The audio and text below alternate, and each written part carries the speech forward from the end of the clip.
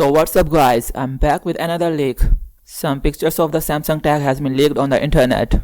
Samsung tag will use Bluetooth to connect to your other devices, so you can find them in the most frantic moment when you swear the damn thing must have sprouted legs and walked away on their own. Samsung tracker will have a small hole in the corner so that you can easily attach it to a cord or a keyring. It is reported that it will be powered by a replaceable button cell, so that the batteries can easily be replaced by the user. And it will be of course environment friendly. One of the image bear the description will help you keep the track of objects like wallet, keys, earbuds and more.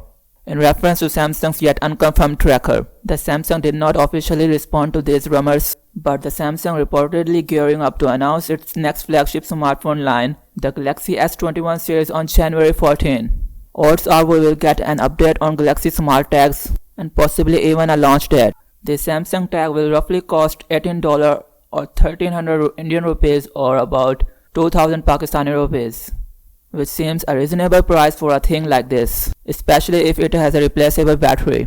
Tossing a whole gadget for a dead battery never made a sense in the first place. And I am sure the planet will be thankful for less e-waste. This is it for today. See you in the next video. Peace out.